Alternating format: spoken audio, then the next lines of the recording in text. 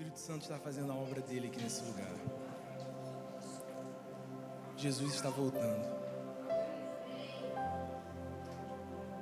Quiete seu coração aí, deixa o Espírito Santo continuar falando ao seu coração. Não se disperse daquilo que o Senhor já está fazendo, daquilo que Ele vai continuar a fazer.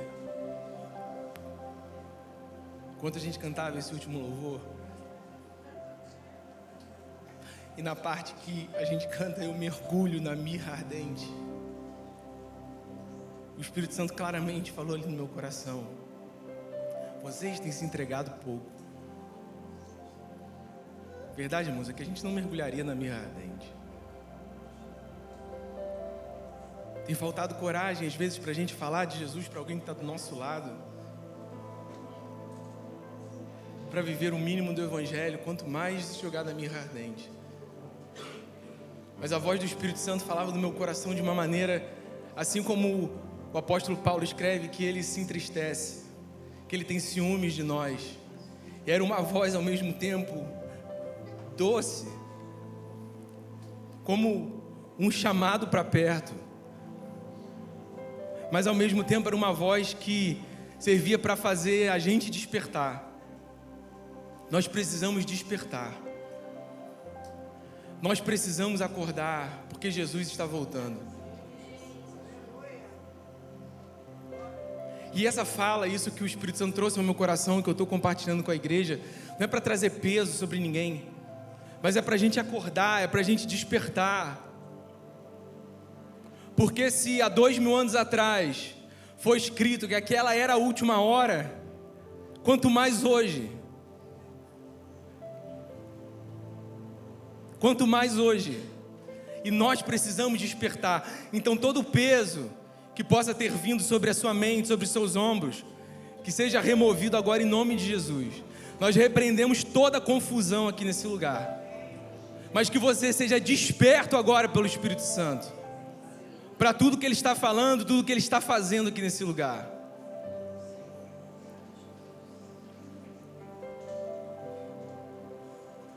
Também ao longo do louvor eu via uma semente caindo e espinhos sufocando aquela semente. Assim como Jesus diz sobre as pressões da vida. Há pessoas aqui, o Espírito Santo falando claramente ao meu coração, e eu vejo uma areia movediça. E pessoas ali, mais de uma pessoa, pessoas ali naquela areia, imersos aos seus próprios problemas, aos seus próprios dilemas do dia a dia da vida. E quanto mais essas pessoas olhavam para baixo, para essa areia, para esses problemas da vida, mais elas afundavam ali naquele lamaçal, mais afundavam ali naquela areia movediça. Mas pelo poder do Espírito Santo e pelo poder da palavra de Jesus, você vai voltar a olhar para Ele hoje, que é o alvo, que é o autor e que é o consumador da nossa fé. Profeticamente, você que chegou nesse lugar assim, estenda as suas mãos espirituais a Ele hoje, e Ele vai te arrancar desse lugar. Ele vai te arrancar desse lugar, e Ele vai te colocar de pé nesse lugar, para você caminhar para frente, para o alvo que é Cristo. Senhor Jesus, na Tua presença santa, como igreja do Senhor aqui, nós nos submetemos ao Teu Espírito aqui, Senhor. Nós nos submetemos à Tua palavra. Nós cremos no poder da Tua palavra. Nós cremos numa palavra que é viva, que é eficaz, que fala aos nossos corações hoje, Senhor. E que a única coisa que pode transformar a vida de um homem é a Tua palavra, Jesus. Então nós repreendemos agora, na autoridade do nome de Jesus, toda obra contrária, toda prisão, toda fortaleza na mente, que queira impedir a palavra do Senhor de cair na boa terra. Vivifica a Tua palavra, Espírito Santo. Vivifica a Tua obra, Jesus. Nós te entregamos esse dia e tudo que formos fazer. Espírito da profecia, nós te damos liberdade aqui. Espírito Santo, nós te damos liberdade para o Seu mover. não estamos aqui para perder o nosso tempo, nem para passar o nosso tempo num ajuntamento de amigos. Estamos aqui para cultuar o Deus vivo, para ouvir a Tua voz e para responder a isso, Senhor. Em nome de Jesus que nós oramos. Irmãos, vamos falar sobre a volta de Jesus. E o tema dessa mensagem é: Ele virá. Porque se tem uma certeza que nós como cristãos temos, é que Jesus virá. E isso tem que estar firme no nosso coração, e não só firme, não só saber disso, mas nós temos que responder a isso. Jesus virá. Entenda que em Isaías 10:43 ou 43:10, eu lembrei desse texto enquanto eu estava ali adorando. Há 3 dimensões quando Deus fala com o povo através do profeta Isaías: para que vocês saibam, creiam e entendam que eu sou Deus. Saber é uma coisa, crer é outra. Crer, até os demônios creem, Jesus diz, até os demônios creem e tremem. Mas a última coisa, a última dimensão de andar com Deus é saber, crer e entender que Ele é Deus. E que o entendimento, que é aquilo que vai transformar aquilo que a gente sabe, aquilo que a gente crê em prática, que esse entendimento alcance os nossos corações hoje. E essa não é obra de homem nenhum, é obra do Espírito Santo. Então isso tem que queimar o nosso coração. A vinda de Jesus. Porque Ele foi, mas Ele voltará para buscar a sua igreja. Em Apocalipse 1:7, quando João tem a revelação do próprio Jesus sobre as últimas coisas, ele diz que Ele virá no meio das nuvens e todo olho verá. Todo olho verá. E as nações se lamentarão naquele dia. Até aqueles que o transpassaram, eles se lamentarão naquele dia, porque Jesus está voltando. O próprio Jesus em João 14, quando está dizendo aos seus discípulos, Ele diz: vocês não ficarão sozinhos. Eu estou indo para o Pai, mas eu estou indo preparar-vos lugar. E eu virei e vos levarei para mim mesmo. Em Atos capítulo 1, quando Jesus aparece para eles, para relembrar da promessa de ficar em Jerusalém, até que o Espírito fosse derramado sobre eles. Jesus fala com eles ali, os 120 no mesmo lugar. E depois que Jesus fala, Ele sobe aos céus. E quando Ele sobe aos céus, os discípulos ficam olhando para os céus. Eu imagino que algum tempo se passou, porque eles ainda continuaram olhando para os céus, a ponto do próprio Deus ter que enviar um anjo. E os anjos chegaram ali diante daqueles homens e falam: varões galileus, por que estão olhando para os céus? Mas da mesma forma que esse Jesus foi elevado aos céus, Ele voltará. Jesus está voltando. Isso tem que pegar o nosso coração. 2 Timóteo 4:8, Paulo diz: a mim está reservada a coroa da vida, não só a mim, mas a todos aqueles que amam a volta, esperam e amam a volta de Jesus. Nós temos que amar a volta de Jesus.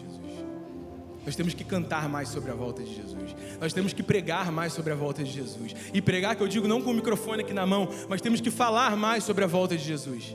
Entre os nossos irmãos, e principalmente para nos edificar, mas principalmente em relação aos que não conhecem a Jesus ainda. Precisamos pregar que o Rei está voltando. Que Jesus está voltando, mas diferente da primeira vinda, em que Ele veio para pregar as boas novas. Ele voltará como juiz para julgar as nações. Jesus está voltando. E nós precisamos acordar para essa revelação nesses dias. Eu queria que você abrisse a sua Bíblia no Evangelho de Mateus, no capítulo 24, conhecido como o sermão profético de Jesus, o sermão escatológico de Jesus. Vamos ler Mateus 24 e 25 hoje, amém? Você está pronto?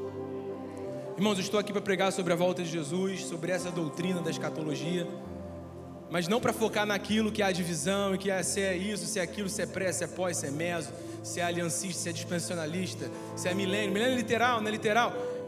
Estou aqui para pregar naquilo que une a todos. Então, se tiver outras pessoas aqui ou assistindo que têm visões escatológicas diferentes, há alguns pontos que são comuns a todos e que nós não podemos negar: que Jesus está voltando, que Ele vai levar a sua igreja, que haverá um anticristo literal, que no final nós vamos reinar com Cristo. Então não vou me ater a esses pontos, mas vamos focar naquilo que pode edificar a igreja e trazer a aplicação prática para esses dias, amém? Vamos lá, Mateus no capítulo 24. Diz assim: Jesus saiu do templo, e enquanto caminhava, seus discípulos aproximaram-se dele para lhe mostrar as construções do templo. Vocês estão vendo tudo isso? Perguntou ele. Eu lhe garanto que não ficará aqui pedra sobre pedra, serão todas derrubadas. Tendo Jesus se assentado no Monte das Oliveiras, os discípulos dirigiram-se a ele em particular e disseram: dize-nos, quando acontecerão essas coisas? E qual será o sinal da tua vinda e do fim dos tempos? Eu preguei uma mensagem muito parecida com ela em outubro do ano passado, com essa aqui. Em outubro do ano passado, sobre o rei está voltando. Naquela mensagem eu foquei mais em Israel, até por tudo que estava acontecendo ali, na guerra com Hamas e tudo mais. E hoje a gente vai focar mais na aplicação do que Jesus está falando sobre as parábolas e na volta dele, amém? Então, Jesus está com os discípulos, e eles passam pelo templo, e os discípulos chamam Jesus para mostrar a suntuosidade do templo. Aquele templo de Salomão que foi reerguido nos tempos dos dias de Herodes. E aí aquele templo maravilhoso, suntuoso, cheio de coisas belas, de ouro. E os discípulos chamam Jesus para ele ver a maravilha que havia no templo, na beleza da construção do templo. E aí Jesus vira para eles e fala: em verdade eu digo a vocês, que aqui não restará pedra sobre pedra que não seja derrubada. E aquilo vem como um choque para os discípulos. E foi um choque tão grande. Jesus estava ali no meio da multidão, que eles não tiveram coragem de perguntar para Jesus ali. Então, se você for vendo o versículo 3, algum tempo passou que Jesus chega ao Monte das Oliveiras e se assenta. E aí os discípulos, meio que, eu vejo lá, eles se catucando: agora ele está sozinho, vamos lá. Porque eles ficaram com isso no coração. Vamos lá perguntar para ele. E aí os discípulos se assentam do lado de Jesus, no versículo 3. E os discípulos fazem 3 perguntas a Jesus. E Jesus, aqui no seu sermão escatológico, do Mateus 24 e 25, Jesus ele vai responder essas 3 perguntas aos discípulos. Eles fazem 3 perguntas. Então dize-nos, quando acontecerão essas coisas? Que coisas? O templo ser derrubado e não ficar pedra sobre pedra. Foi o que Jesus acabou de dizer. Quando acontecerão essas coisas? Primeira pergunta. Segunda, e qual será o sinal da tua vinda? Terceira pergunta, e do fim dos tempos? E Jesus, a partir de agora, é um dos 5 grandes discursos de Jesus, das 5 grandes pregações de Jesus, assim como o Sermão do Monte lá, Mateus 5, 6 e 7, talvez o mais conhecido, mas aqui é um dos grandes discursos de Jesus. E Jesus vai pregar esse sermão escatológico, Mateus 24 e 25, para responder essas 3 perguntas dos discípulos. Quando que aconteceriam essas coisas do templo ser destruído e não ficar pedra sobre pedra? Qual seria o sinal da sua vinda, da vinda dele, do dia do Senhor? E quais seriam os sinais do fim dos tempos? E aí Jesus começa a responder a partir do versículo 4. Mas nós vamos ler a partir do 15 primeiro. Nós vamos ler primeiro a resposta de Jesus quanto a não ficar pedra sobre pedra. Porque Jesus começa respondendo a eles pela última pergunta, o sinal do fim dos tempos. Que ele responde do 4 ao 14. Mas do 15 em diante ele começa a falar sobre quando não ficará pedra sobre pedra que não seja derrubada no templo. Então Mateus 24, 15, Jesus diz: assim, quando vocês virem um sacrilégio terrível, do qual falou o profeta Daniel no lugar santo, quem lê entenda. Então os que estiverem na Judéia, fujam para os montes. Quem estiver no telhado de sua casa, não desça para tirar dela coisa alguma. Quem estiver no campo, não volte para pegar seu manto. Como serão terríveis aqueles dias para as grávidas e para as que estiverem amamentando. Orem para que a fuga de vocês não aconteça no inverno nem no sábado. Porque haverá então grande tribulação, como nunca houve desde o princípio do mundo até agora. Nem jamais haverá. Se aqueles dias não fossem abreviados, ninguém sobreviveria, mas por causa dos eleitos, aqueles dias serão abreviados. Uma coisa que a gente precisa entender, que quando a gente fala de escatologia, de doutrina das últimas coisas, não está só no Apocalipse. Na verdade, Jesus ele está falando, vocês querem saber sobre isso? Então vai lá ler Daniel. Primeira coisa que Jesus aponta, que quem lê Daniel, entenda. E Jesus está se referindo especificamente à profecia de Daniel 9, sobre as 70 semanas, que estavam determinadas sobre o povo judeu. Então, se a gente voltar, a gente não vai voltar agora, porque o texto é extenso, tem muitas questões ali, mas O texto de Daniel 9, das 70 semanas declaradas sobre o povo de Deus, o texto divide em 7, 62 e a última fica em aberto. Então, cada semana é um período de 7 anos, então daria um total de 490 anos. A questão é que, e ali tem um sinal em Daniel, a partir de quando começaria a valer, que é do decreto da reconstrução do templo. Se a gente pegar lá no livro de Esdras, no capítulo 2, a gente vai ver que do ano que aquele rei, que, se não me engano foi Dario, deu ou Ciro, ou Dario, não lembro, deu o decreto para Neemias e todo aquele povo voltar para reconstruir o templo. Dali começa o decreto, a profecia das 70 semanas.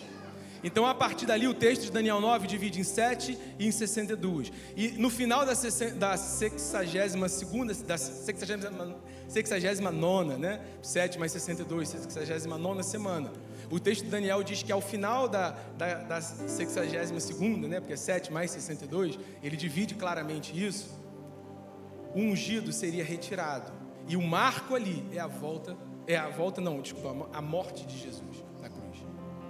E aí, se a gente for continuar lendo o texto de Daniel 9, ele vai trazer que o fim, e aí é isso que é muito interessante a gente olhar na palavra de Deus, que o fim, ele começa a profetizar sobre o fim, ele começa a profetizar sobre o acordo, que o anticristo, que é o abominável da desolação, ele vai se levantar e vai fazer um acordo, que são os 7 anos de paz, e que no meio desse tempo, no período ali, na metade da semana, que ele fala em Daniel 9, 26 e 27, na metade da semana, esse acordo vai ser desfeito e tudo mais, e aí ele fala que, só que ele usa um termo, que o fim, ele virá como uma inundação. Então uma inundação, ele aponta para uma progressão, algo que vai, uma inundação, assim como ela vai progredindo, ela vai aumentando o seu nível, o fim virá como uma progressão, muito parecido com o que Jesus fala em Mateus 24, muito parecido com o que Paulo fala em 1 Tessalonicenses 5,3, sobre as dores de parto, as contrações de parto, que vão progredindo. Então tem acontecimentos que fisicamente acontecem, mas que tipologicamente estão apontando para algo que ainda vai acontecer também.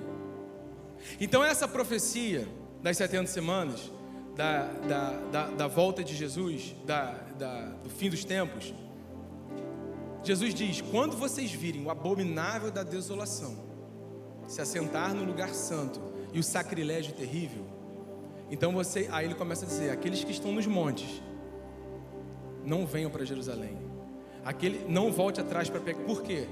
Isso vai acontecer ainda, o período da grande tribulação. Então para a gente isso ainda é escatológico, ainda é profético, ainda vai acontecer. Mas para os judeus daquela época, já aconteceu fisicamente algo que está apontando para a grande tribulação que vai sobrevir sobre o mundo. Então em 70 depois de Cristo, Israel estava ali sob domínio romano. Roma envia um general chamado General Tito, e ele sitia Jerusalém. Isso está nos livros da história. Isso tem também tem um historiador do primeiro século, Flávio Josefo, que viveu durante esse período. Então ele, como historiador, narrou os acontecimentos também daquela época. Mas como eu disse, isso está na história também. Então aquele general Tito, no ano 70 depois de Cristo, ele sitia Jerusalém. E a partir dali inicia-se uma carnificina contra os judeus. E os judeus foram dizimados ali. A história aponta para a morte de cerca de 1.100.000 judeus naquele período. Flávio Josefo relata que os cavalos dos romanos patinavam no sangue dos judeus. Eles fizeram atrocidades com as mulheres grávidas, arrancando os bebês de seus ventres, como Jesus falou aqui. E o templo foi derrubado por Tito. E o templo foi destruído por Tito em 70 depois de Cristo. E aquilo que Jesus falou que não ficaria pedra sobre pedra foi verdade, porque só o que sobrou do templo foi aquela parte do muro, que hoje é o Muro das Lamentações. Então o templo foi destruído por Tito.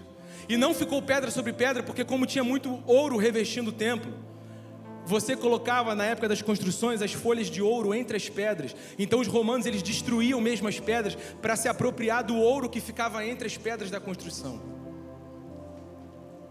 Então o que Jesus está falando era: quando vocês virem isso acontecer, o abominável da desolação e sitiar Jerusalém, e aí, quando a gente vai lá olhar em Lucas 21, a gente sempre, irmãos, tem que ler todas as passagens nos evangelhos, quando falam da mesma coisa, porque cada autor traz uma nuance diferente sobre aquilo que está sendo Jesus falando e está sendo observado.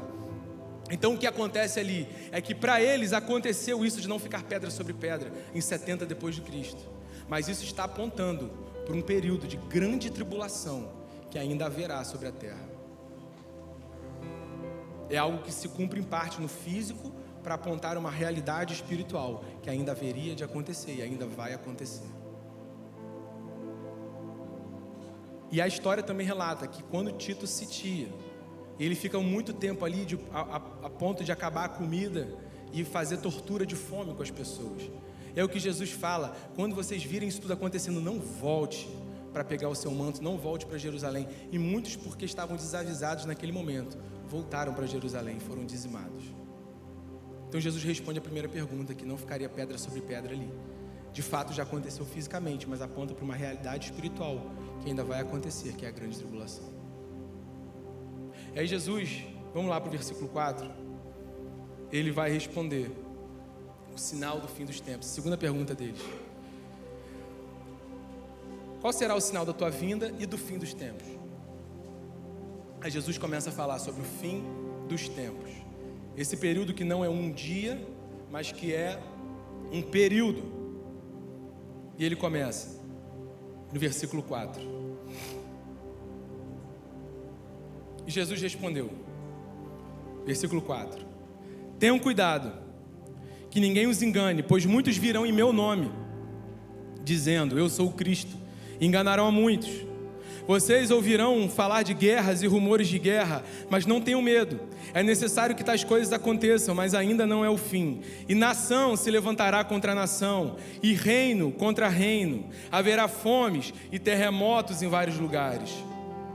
Tudo isso será o início das dores. Então eles os entregarão para serem perseguidos e condenados à morte, e vocês serão odiados por todas as nações por minha causa. Naquele tempo muitos ficarão escandalizados, trairão e odiarão uns aos outros. E numerosos falsos profetas surgirão e enganarão a muitos. Devido ao aumento da maldade, o amor de muitos esfriará, mas aquele que perseverar até o fim será salvo. E este evangelho do reino será pregado em todo o mundo como testemunha a todas as nações. Então virá o fim. Então Jesus começa a trazer várias evidências, que ele chama aqui de o princípio das dores. Paulo deixa isso mais claro em 1 Tessalonicenses 5,3, quando ele aponta para não dores, mas dores de parto. A volta de Jesus associada a dores de parto, em 1 Tessalonicenses 5,3. E você que já foi mãe sabe, você que é marido também sabe, porque acompanhou a sua esposa, sabe que as contrações elas começam, um incômodo, e passa, e fica um longo tempo até ter a próxima contração, e aquilo é um incômodo, e passa, mas depois de um tempo, essas contrações elas começam a estreitar, e não só a estreitar, mas essas contrações começam a ficar cada vez mais intensas. Então há um estreitamento nas dores, do intervalo entre as dores, e há uma intensidade muito maior, a ponto da criança nascer. Então, porque alguns podem olhar para isso, para esses textos de Jesus, e até os de fora, e falar: mas guerra sempre teve. Mas poxa, o que é a guerra, rumor de guerra? A humanidade sempre fez guerra. Mas está ficando mais estreito, mais intenso. Então o primeiro sinal que Jesus fala, ele fala sobre falsos cristos no versículo 5. Porque muitos virão em meu nome dizendo: eu sou o Cristo, e enganarão a muitos. Isso sempre aconteceu depois que Jesus vai aos céus. Vocês lembram ali, nós estudamos em Atos, no capítulo 4. Pedro e João são levados diante do Sinédrio, porque estavam pregando sobre o caminho, né? Era chamado de o caminho na época. E aí um homem sábio se levanta no Sinédrio, pela graça de Deus ali, ele tem um discurso. Vocês lembram do discurso daquele homem? Ele fala: olha, assim como esses homens aqui estão dizendo que estão seguindo a um Messias, a um enviado, muitos outros antes deles também vieram, dizendo que eram filho de Deus. e a seita deles passou. Então eu sugiro para vocês, falando para o Sinédrio, que a gente liberte esses homens, porque se for igual aos outros, que vieram falando que era filho de Deus e tudo mais, e isso for mentira, vai passar também como as outras seitas passaram. Agora, se o que eles estão falando é verdade, nós corremos o risco de estarmos brigando contra o próprio Deus. Vocês lembram disso de Atos 4? E 2000 anos depois nós estamos aqui. Porque não era uma seita, porque não era alucinações na cabeça deles, porque eles viram e testemunharam de um Jesus Cristo vivo. E nós somos a igreja, o corpo desse Jesus. Então isso acontece desde aquela época. Mas Jesus diz: não deixa que isso engane vocês. Muitos virão dizendo em meu nome. Isso aconteceu desde a época ali dos discípulos, da era da igreja. Como acontece até hoje. Teve um homem aí na década de 60 chamado Reverendo Moon, que levantou no mundo dizendo que era o Cristo, que era Jesus. E pasmem, muitos seguiram a ele. Mas isso é o que, irmãos? Isso é o que? Isso é a profecia de Jesus, mostrando que a volta dele está próxima, porque Jesus está voltando. E aí o outro sinal que Jesus fala, no versículo 11, nós vamos falar de todas, eu só mudei a ordem aqui para ficar mais fácil. Fala de falsos cristos no 5, mas no 11 fala de falsos profetas. Muitos falsos profetas se levantarão e enganarão a muitos, é outro sinal. Falsos profetas se levantarão e enganarão a muitos. São aqueles que torcem a palavra de Deus. E hoje em dia isso talvez seja muito claro para a gente. Quanto mais a gente estuda a verdade e lê a palavra, mais a gente entende sobre o que é a verdade, mais a gente consegue ver como hoje o evangelho tem sido deturpado. Basicamente, muitos de vocês viram e presenciaram a teologia da prosperidade aqui, principalmente no Brasil, Estados Unidos, Brasil, na década de 90. Dê e Deus te devolverá, vamos dar, fazer a campanha, dar a oferta do tamanho do número do seu nascimento, vezes não sei o que. Aí a pessoa ia lá e dava e fazia a campanha e vinha na igreja, e a palavra era só de prosperar, vamos para frente, dá, que Ele vai te dar, e dá porque dá uma barganha, uma coisa ali, tomo posse, passava em carro na rua, tomo posse, feriu muita gente. Por quê? Porque não era o evangelho. Porque isolaram um atributo de Jesus, que é a bondade dele, e de fato ele dá coisas pra gente, mas só se pregava isso. Jesus como um caixa eletrônico. Preciso de alguma coisa, eu vou lá, ele vai me dar. E nesse contexto era muito voltado para dinheiro. Vou dar. Você não tem dinheiro, você está em pecado. Você está em pecado, hein? Você não tem dinheiro, não dá. O carro quebrou, e está em pecado, hein? Furou o pneu de novo, está em pecado. Jesus, o caixa eletrônico. Preciso resolver meu problema, preciso de dinheiro, vou lá sacar alguma coisa. Mas essa teologia, ela só vestiu uma roupa nova hoje, que é a teologia do coach, do bem-estar. E o povo amou isso na época. Muitas igrejas firmaram suas doutrinas nisso. Muitas pessoas seguiram a isso e hoje estão desviadas. Porque isso não é o evangelho, mas está travestido de evangelho. Muitos se feriram, muitos se desviaram, e aí essa teologia se reinventou com uma nova roupa, que é a teologia coach, a teologia humana, do humanismo, do homem no centro, do bem-estar.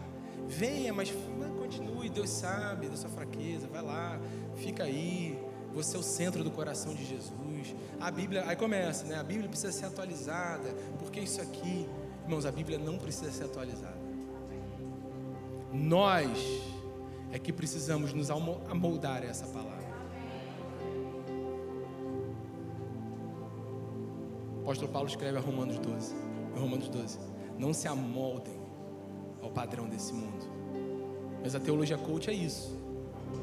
Eu me amoldo ao padrão do mundo, eu quero bem-estar, sucesso, tudo. Não se prega sobre pecado, sobre confronto, sobre santidade, sobre a volta de Jesus. Porque o cliente tem razão, o membro tem razão. Como não vamos perder membros? Vamos falar só de um lado do evangelho, que Jesus é bom, que Ele é amor, que Ele é graça. Mas não vamos falar da justiça, não vamos falar da ira, não vamos falar do juízo, não vamos falar da volta de Jesus, não vamos falar de pecado e não vamos falar de santidade. E está todo mundo ali de mão dada, feliz, anestesiado, indo para o inferno. Porque não existe uma vida de renúncia, de entrega, de arrependimento, de confissão de pecados. Falsos profetas se levantarão. E o povo vai atrás. E o povo vai atrás. Revela CPF. Vou lá no irmão que revela até o CPF. É do demônio, irmão. Você não precisa nem ir lá, não. Já estou te falando, é do demônio. Isso é o demônio. Isso é o diabo. Revelar o CPF. Porque a profecia bíblica, ela serve para edificar. Vamos lá. Exortar e consolar. Então, em que me edifica, consola ou edifica saber o meu CPF? Isso é o diabo. Mas o povo gosta. Aí já revela, o irmão ali atrás, ó, Lucas, seu CPF aí, ó, é 134. Aí o irmão já chorou, já acabou, já está na mão dele. Já começou a ficar para ele, pode agora falar o que quiser, que já manipulou a mente, já está dominado. Mas isso é um sinal de que Jesus está voltando. Quando a gente olha para a carta mais escatológica do apóstolo Paulo, que é Tessalonicenses, que ele mais trata da volta de Jesus. Qual é o principal sinal da volta de Jesus em Tessalonicenses? Que Paulo trata ali, uma coisa chamada apostasia, que é o abandono da fé. Paulo trata como um dos maiores sinais da volta de Cristo aos Tessalonicenses, o abandono da fé. Quantos hoje estão abandonando a fé? Aos que abandonam, saindo da igreja e vai lá, viver a vida devassa. Mas há aqueles que estão dentro da igreja e abandonaram Jesus. E aí é mais perigoso, porque você está no engano. Se eu estou dentro do ambiente eclesiástico, desviado de Jesus, é mais difícil acordar.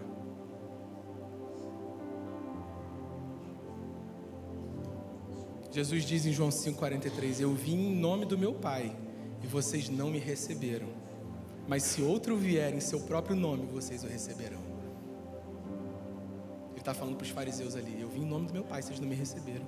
Mas se outro vier em seu próprio nome, vocês vão o receber. Por causa da cegueira, do engano. Mas isso é um sinal que Jesus está voltando. Outro sinal. Deixa eu ler aqui a parte de Tessalonicenses. Olha o que diz em 2 Tessalonicenses 2:3. Ninguém de modo nenhum os engane, porque isso não acontecerá sem que primeiro venha a apostasia e seja revelado o homem da iniquidade, o filho da perdição, que é o anticristo. Sem que antes aconteça, ele está falando da volta de Jesus, sem que antes aconteça a apostasia, o abandono da fé. E aí ele fala no 6, outro sinal: guerras e rumores de guerra. E vocês ouvirão falar de guerras e rumores de guerra. Fiquem atentos e não se assustem, porque é necessário que isso aconteça, mas ainda não é o fim. Como eu disse, guerra sempre aconteceu, mas elas estão ficando mais estreitas e mais intensas. Eu listei algumas aqui só para a gente parar para pensar. Só nesse século que passou, de 1900 para cá: Guerra Fria, Guerra da Coreia, Guerra do Vietnã, Guerra do Golfo, Guerra dos 6 Dias, Guerra do Iraque, Guerra do Afeganistão, guerras civis lá na África, Guerra da Ucrânia. Agora, Israel está em guerra com a Síria, Israel está em guerra com o Hamas, que não é um Estado, está em guerra com o Irã. Guerras. Só nesse século passado nós tivemos 2 grandes guerras que mataram centenas de milhões de pessoas. Está ficando mais estreito e mais intenso, porque isso é um sinal que Jesus está voltando. Outro sinal, Mateus 24:7. Jesus diz: haverá fome. O mundo hoje é rico, tem tecnologia, já fomos ao espaço, construímos grandes coisas, mas ainda há muita gente passando fome. Como pode um planeta tão rico, terras tão boas que você planta e dá? Aqui no Brasil, tudo que joga nessa terra, irmãos, abençoada por Deus, tudo que joga aqui dá. Mas ainda há gente passando fome.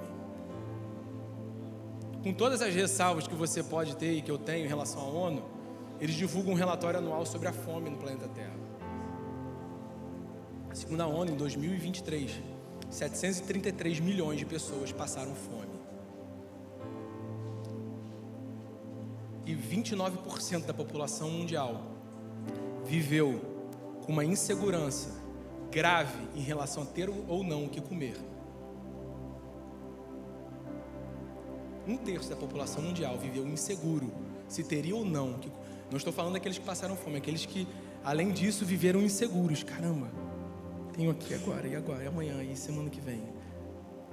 Jesus disse: haverá fome.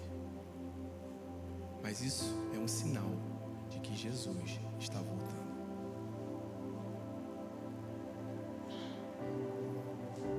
Outro sinal, no versículo 7.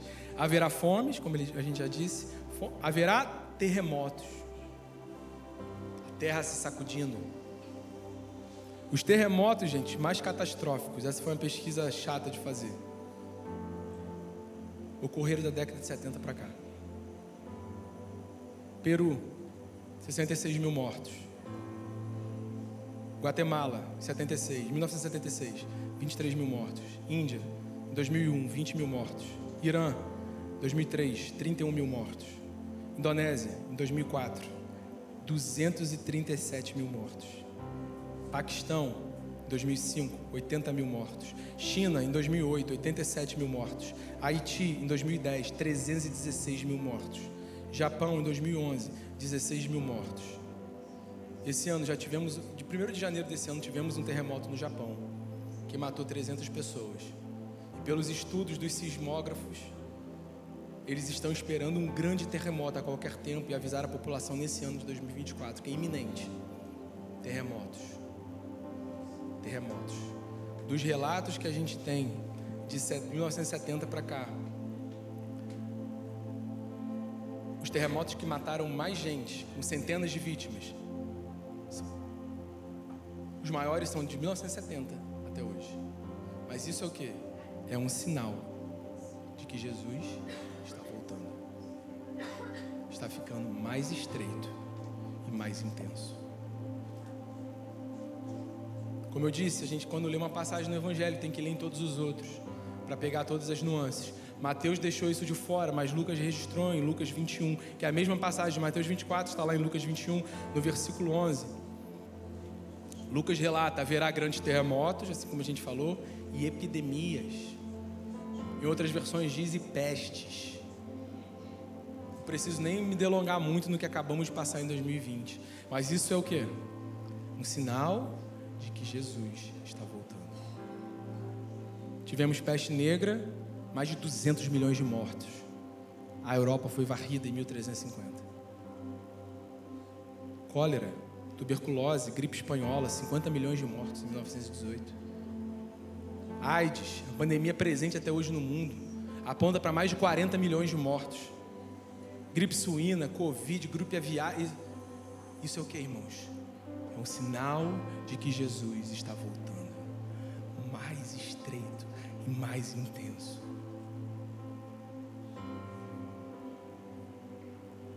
Outro sinal, Mateus 24, 9. Vocês serão entregues para serem maltratados, e eles os matarão. Vocês serão odiados por todas as nações por causa do meu nome. Perseguição a cristãos com morte.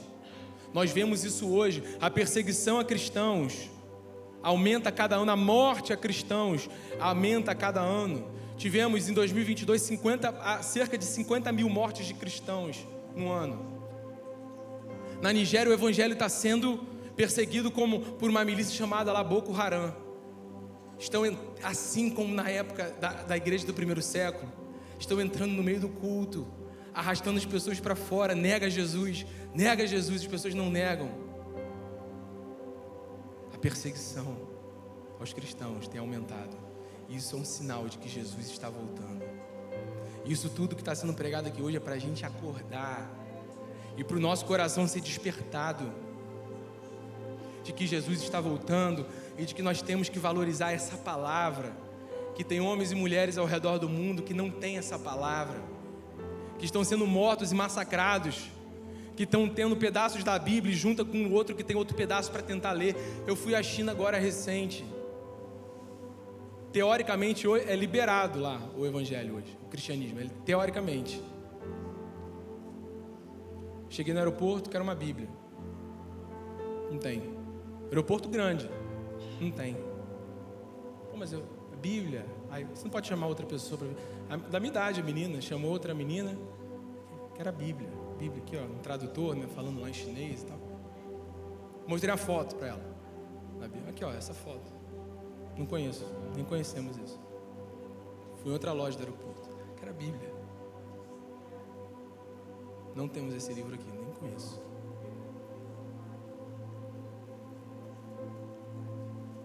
Porque no aeroporto vai ter o que ali? Aquilo que é mais lido, aquilo que é mais famoso no mundo, né? Porque tem pessoas de todas as nações ali no aeroporto. Nas livrarias do aeroporto. Não tinha Bíblia. Nem sabiam que era Bíblia. Da nossa idade. Uns 30, 40 anos de idade, os meninos. Jesus está voltando. Nós temos que valorizar essa palavra. Nós temos a palavra. Nós não lemos essa palavra.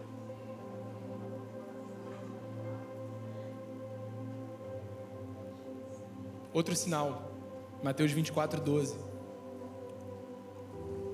Sinal do esfriamento do amor. E por se multiplicar a maldade, o amor se esfriará de quase todos.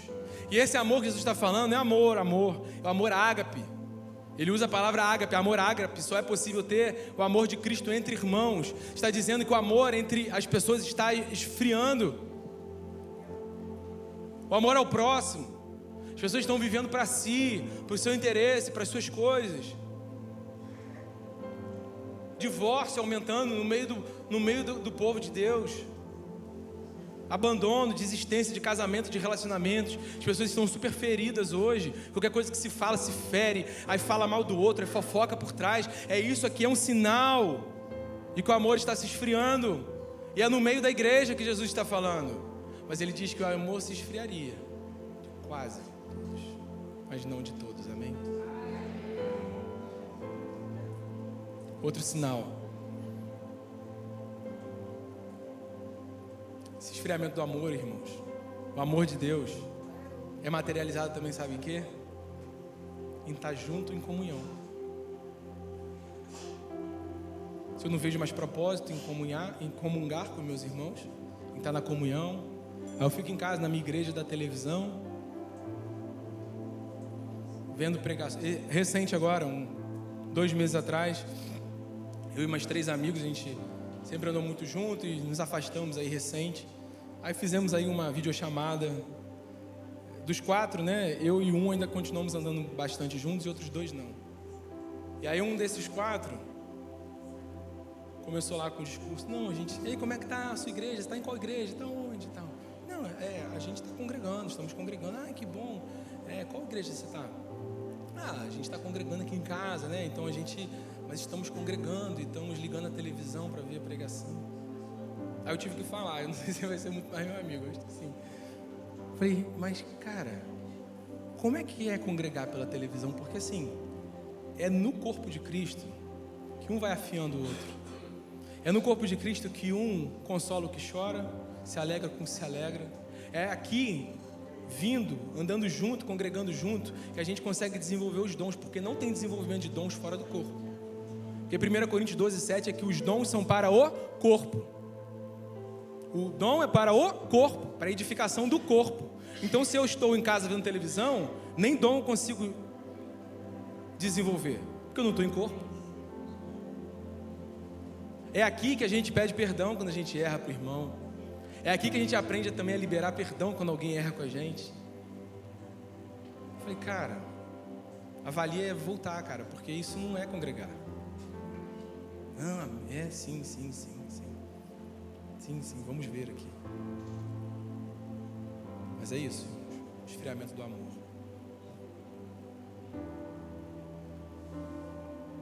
Mateus 24:10, outro sinal, penúltimo sinal. Muitos se escandalizarão, trairão e odiarão uns aos outros. O divórcio aumentou, a traição, a falta de fidelidade, a falta de fidelidade entre irmãos, isso tudo que a gente já falou, isso tem aumentado. Mas isso é um sinal que Jesus está voltando. Último sinal: e será pregado esse evangelho do reino por todo o mundo, para testemunho a todas as nações. Então virá o fim. A pregação universal do evangelho é uma evidência de que Jesus está voltando. Atos capítulo 1 começou com 120 no mesmo lugar. Hoje, quantos bilhões na terra somos? A pregação do evangelho. Enquanto tem alguns abandonando, tem outros pregando. Os dois sinais coexistindo, a apostasia e o abandono da fé. Mas o evangelho do reino tem se propagado. E aí ele responde a última pergunta, do verso 31 em diante. E os sinais da sua vinda, do dia do Senhor? Aqui eu vou só ler, não vou me delongar tanto. Se então alguém lhes disser, 31 é. E ele enviará os seus anjos com grande som de trombeta, e esses reunirão os eleitos. Está falando do dia do Senhor, o dia que Jesus voltar. Reunirá os eleitos dos quatro ventos, de uma a outra extremidade dos céus. Não, desculpa, gente, 23 mesmo. Meu Deus, 23, vamos lá. Se então alguém lhes disser, vejam, aqui está o Cristo, está falando da volta dele, ou ali está ele, não acreditem. Pois aparecerão falsos cristos e falsos profetas que realizarão grandes sinais e maravilhas para, se possível, enganar até os eleitos. Vejam que eu os avisei antecipadamente. Assim, se alguém lhes disser, ele está lá no deserto, não saiam. Ou ali está ele, dentro da casa, não acreditem. Porque assim como o relâmpago sai do oriente e se mostra no ocidente, assim será a vinda do Filho do Homem. Onde houver um cadáver, ali se juntarão os abutres. E imediatamente após a tribulação daqueles dias, o sol escurecerá e a lua não dará sua luz. E as estrelas cairão do céu e os poderes celestes serão abalados. Está falando da vinda dele, do dia que ele vier. Então aparecerá no céu o sinal do Filho do Homem, e todas as nações da terra se lamentarão, e verão o Filho do Homem vindo nas nuvens do céu, com poder e grande glória. E ele enviará os seus anjos com grande som de trombeta, e esses reunirão os eleitos dos quatro ventos, de uma a outra extremidade dos céus. O dia do Senhor. E aí Jesus, a partir de agora, no final do 24, ele vai fazer uma sequência de 4 parábolas. Do 24, o restinho do 24 e do 25. Jesus, ele vai contar 4 parábolas, que são totalmente escatológicas, apontando para o fim dos tempos e para a sua vinda. Eu digo isso porque é a mesma pregação de Jesus. Qual é o tema da pregação de Jesus? Qual é o tema da pregação de Jesus? Então as parábolas que ele vai contar nessa toada, dessa pregação, vai falar sobre o final dos tempos. Digo isso porque às vezes a gente vê aí sendo pregado umas parábolas isoladas, lê o negócio e aplica e fala de uma coisa nada a ver. Tipo a dos talentos, talvez a parábola menos entendida pela igreja. Então Jesus agora ele acaba de falar dos sinais da vinda dele, dos últimos tempos, de que ele está, quando que seria a segunda vinda dele, e agora ele vai contar 4 parábolas para o povo entender. E aí Jesus vai falar no 32: aprendam a lição da figueira. Vou só virar minha Bíblia aqui. Aprendam a lição da figueira. Primeira parábola, ele fala da figueira, a parábola do servo mau, fiel e mau, sobre as 10 virgens e dos talentos. Ele vai fazer esses 4 alertas aqui, nesse contexto de que ele está voltando. Aprendam a lição da figueira. Quando os seus ramos se renovam e as suas folhas começam a brotar, vocês sabem que o verão está próximo. Assim também, quando virem todas essas coisas, saibam que ele está próximo, às portas. Eu lhes asseguro que não passará essa geração, até que todas essas coisas aconteçam. Os céus e a terra passarão, mas as minhas palavras jamais passarão. Como eu disse, não estou aqui para a gente ficar discutindo se é isso ou se é aquilo. O que é a figueira? Qual é o sinal da figueira? O que é a geração aqui? Certamente não foi aquela geração que Jesus está falando. Qual é a geração? Qual é a figueira? Que sinal é esse da figueira? Mas qual é o propósito maior de Jesus com isso? Era comunicar uma coisa, que está próximo. Saibam que está próximo. Assim também, quando virem todas estas coisas, saibam que Ele está próximo. Jesus quis alertar que está próximo. E aí ele faz uma exortação, do 36 ao 44, antes de falar as outras 3 palavras. Então ele prega sobre a volta dele, responde as perguntas, fala sobre o sinal da figueira para mostrar que está próximo. Ele vai fazer uma exortação. Quanto ao dia e a hora, ninguém sabe, nem os anjos do céu, nem o Filho, senão somente o Pai. Como foi nos dias de Noé, assim também será na vinda do Filho do Homem. Pois nos dias anteriores ao dilúvio, o povo vivia comendo, bebendo, casando-se, dando-se em casamento, até o dia em que Noé entrou na arca, e eles nada perceberam, até que veio o dilúvio e os levou a todos. Assim acontecerá na vinda do Filho do Homem. 2 homens estarão no campo, um será levado e outro deixado. 2 mulheres estarão trabalhando no moinho, uma será levada e outra deixada. Portanto, vigiem, porque vocês não sabem em que dia virá o Senhor. Mas entendam isso: se o dono da casa soubesse a que hora da noite o ladrão viria, ele ficaria de guarda e não deixaria que a sua casa fosse arrombada. Assim vocês também precisam estar preparados, porque o Filho do Homem virá numa hora que vocês menos esperam. E ele faz uma exortação que é válida para nós hoje. Ele compara os dias da vinda dele com os dias de Noé, em que o povo estava comendo, bebendo, casando-se, dando-se casamento. Isso é um resumo para algo chamado distração. O povo estava distraído com as coisas dessa vida, até que Noé entrou na arca. O texto diz que eles não perceberam. Por que eles não perceberam? Porque eles estavam distraídos com as coisas daqui, e eles não perceberam.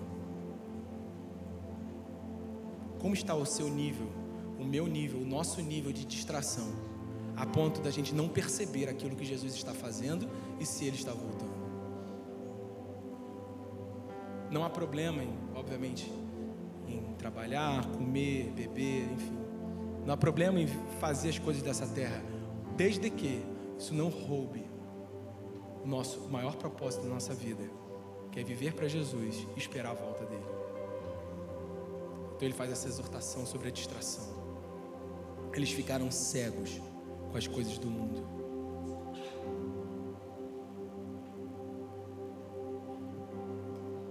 E aí ele continua no 45. Quem é, pois, o servo fiel e sensato, a quem seu senhor encarrega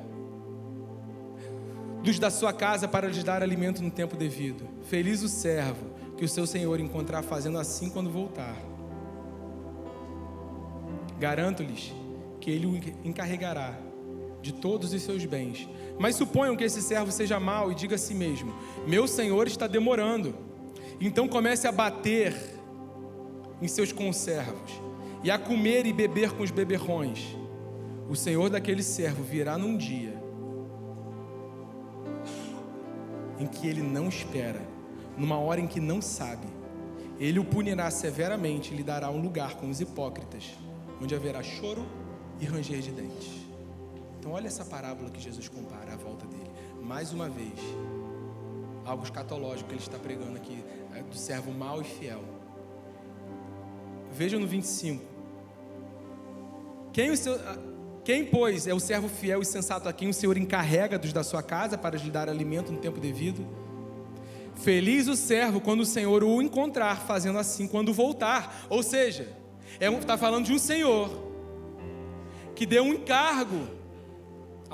2 servos aqui, são dois tipos de cristão, 2 igrejas diferentes.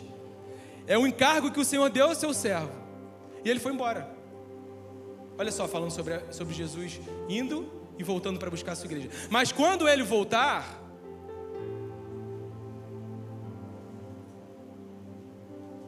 Feliz o servo que o Senhor encontrará fazendo assim quando ele voltar. Então é um Senhor que encarrega de algo, vai e volta para receber uma prestação de contas.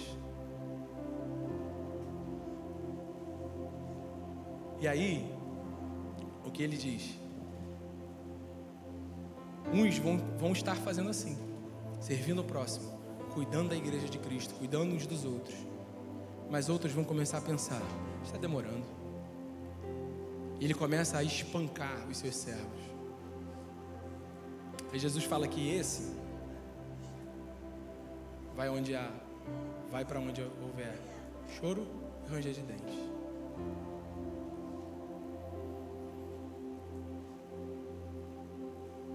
Jesus quer comunicar com essa parábola de servo mau e fiel que a gente deve esperar Jesus ativamente, servindo, cuidando dos irmãos, cuidando do próximo, e não vivendo uma vida para nós mesmos. Porque quando eu começo a me distrair com o que acabou de ser falado por Jesus, na época de Noé, estão casando, vivendo para essa vida, vivendo para si mesmo. Filipenses diz: o Deus deles é o seu próprio estômago. Eu estou vivendo para fazer a minha vontade, o meu plano, o meu futuro, e eu não estou servindo os meus irmãos, eu não estou me doando. Jesus fala que quando ele voltar, ele vai, essa prestação de contas, vai ter nada para mostrar. Porque em vez de servir, o não servir, eu estou espancando meu irmão.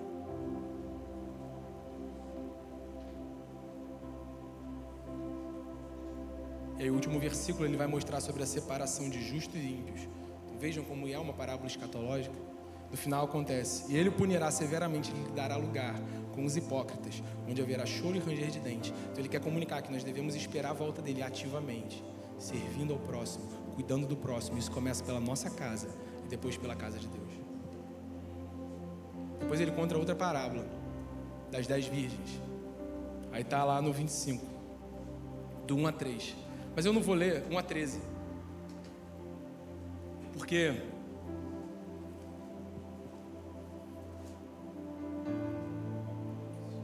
talvez seja uma das parábolas mais conhecidas na igreja. Mas basicamente o noivo está esperando a noiva para casar junto. Aí a gente lembra de Apocalipse, o noivo encontrando com a noiva num banquete nupcial. Então é uma parábola escatológica ainda. E aí fala que das 10 virgens, 5 dormiram e 5 não dormiram. E aí ele chama aquelas que dormiram de insensatas. Em outras versões, na palavra mais certa, se chama de loucas. E as outras eram sensatas, mas a sensatez não estava no fato delas dormirem ou não, porque todas dormiram. A sensatez estava em conservar ou não o azeite. Porque quando elas ouviram a carruagem do noivo, elas despertaram e elas foram correndo, batendo na porta da carruagem. Aí o noivo abriu e as que tinham azeite puderam entrar. As que não tinham azeite, o noivo não deixou entrar. E olha o que elas gritam no final. E saindo, responderam: não, pois pode ser que aí elas pedem óleo para outra. As que ficaram sem azeite pedem para as outras o óleo delas. Aí elas respondem no versículo 9: não, pois pode ser que não haja o suficiente para nós e para vocês. Vão comprar o óleo para vocês. E saindo elas para comprar o óleo, chegou o noivo. As virgens que estavam preparadas entraram com ele para o banquete e a porta foi fechada. Mais tarde vieram também as outras e disseram: Senhor, Senhor. Em outras versões diz: noivo, noivo, abra a porta para nós. Mas ele respondeu: a verdade é que não as conheço. Portanto, vigiem, porque vocês não sabem o dia nem a hora. Há muitas aplicações, discussões do que pode ser o óleo, mas eu tenho certo para mim o que é o óleo: é a graça. Aquelas caíram da graça, como Paulo escreve aos Gálatas. Caíram, vigiem, Gálatas 5, para que não caiam da graça. Você vê que era algo que era pessoal, que era intransferível.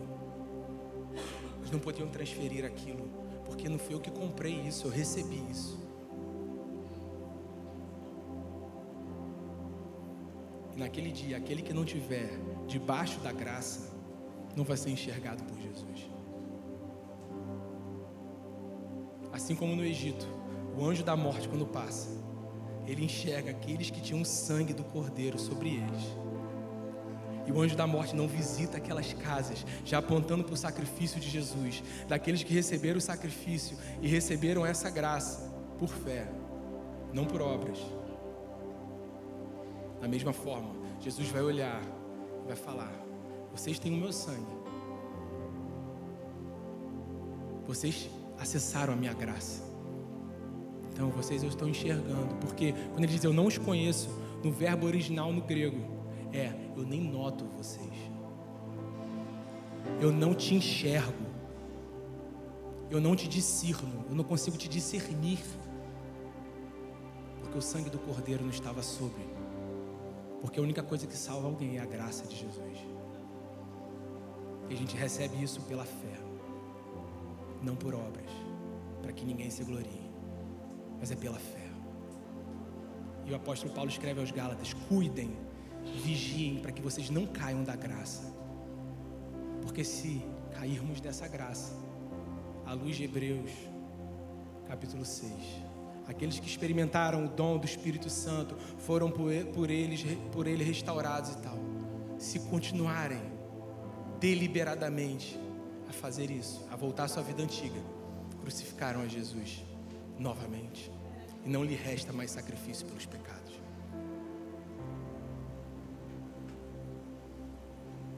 E aí ele faz a separação: vem, entra. Gálatas 5:4. Vocês que procuram justificar-se pela lei estão separados de Cristo, vocês caíram da graça.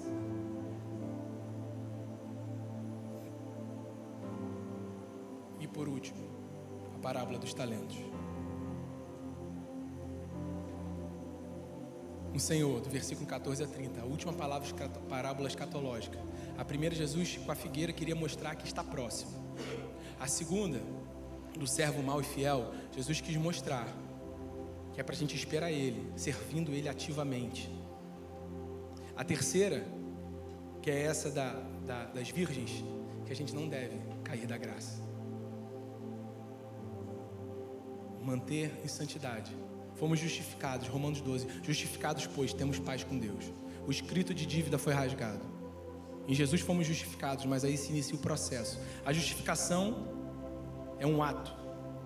Confesso Jesus. A partir dali inicia o processo da santificação, que é dia após dia. E a última parábola dos talentos, também escatológica. Um Senhor, depois você lê no texto do 14 ao 30, é a mesma coisa, irmãos. Porque muito tempo a gente ouviu na igreja a vida inteira: se você tem um talento, uma habilidade de tocar violão e você não toca, olha isso, né? Irmãos, primeiro a loucura começa aí, pela palavra talento, que no português talento significa habilidade, mas o talento aqui na Bíblia é uma grandeza financeira. É como se fosse dólar, se fosse euro, se fosse uma riqueza financeira, é uma grandeza financeira. Então a gente não pode aplicar algo que é uma riqueza financeira só porque no português tem uma palavra homônima que talento é uma habilidade. Então Jesus não está falando de uma habilidade, de você saber fazer algo e não faz. Ele está falando de qual é a essência da parábola dos talentos. Um Senhor que dá uma riqueza a todos os servos. Mais uma vez, Ele deu e Ele foi embora. Olha só, Jesus foi e ressuscitou, e Ele vai voltar para pedir contas dessa riqueza que cada um recebeu. Mais uma vez, uma parábola de prestação de contas. Eu dei uma riqueza a vocês e eu fui, e quando eu voltar, o que vocês fizeram com essa riqueza, que é a própria vida de vocês, que é a salvação que vocês receberam?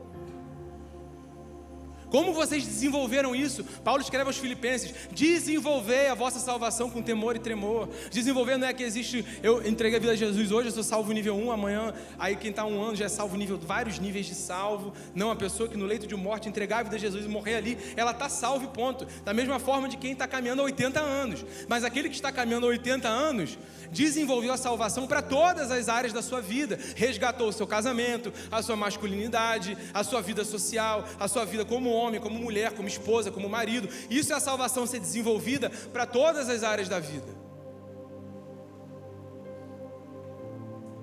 Jesus está dizendo: eu dei para vocês uma riqueza. O Senhor deu, foi e vai voltar. E qual é a resposta que você deu para a riqueza que você recebeu?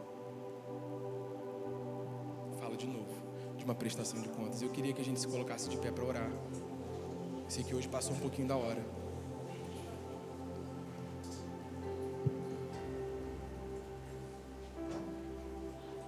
Feche seus olhos aí no seu lugar.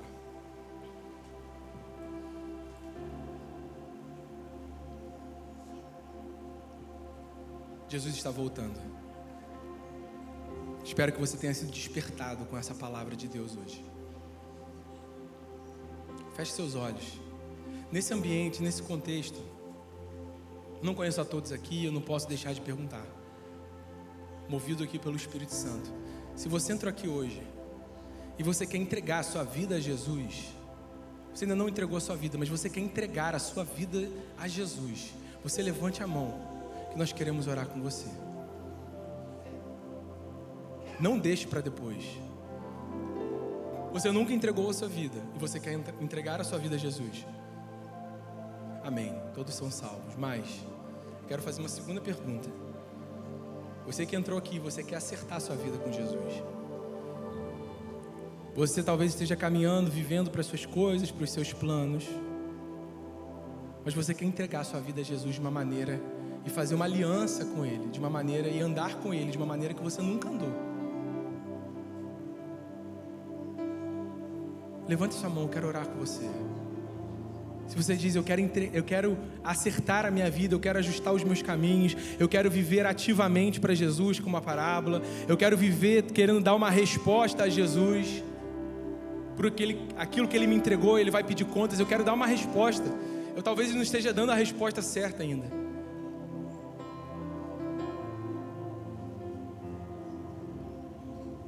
Senhor Deus, nós oramos por aqueles irmãos que levantaram as mãos aqui, Senhor. Espírito Santo, que esse despertar continue. Faz a Tua obra no coração de cada um, Senhor, que está acertando a sua vida, porque o Senhor está voltando, porque o tempo está próximo, porque o Senhor está breve.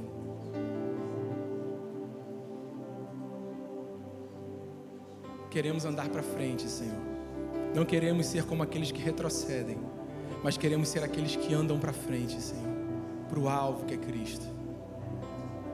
Dando a nossa vida a Ti, servindo ao Senhor, pregando a Tua palavra a tempo e a fora de tempo. O Senhor virá, Senhor. O Senhor virá num piscar de olhar. O Senhor virá como o relâmpago sai do Oriente e se põe no Ocidente. Nos acorda, Espírito Santo, acorda a Sua igreja para a Sua vinda, para a Sua volta nesses dias. Que a gente ame e deseje a Tua vinda. Maranata, a hora vem. Jesus, nós Te desejamos, Jesus. Coloque esse fogo no coração da Tua igreja, Senhor, novamente, de desejar o Senhor, de desejar a Sua vinda. Acende esse fogo nos nossos corações, Senhor, de desejar o Senhor, desejar esse dia e trabalhar por esse dia, Senhor, pregando o Evangelho, em nome de Jesus, Senhor. Amém.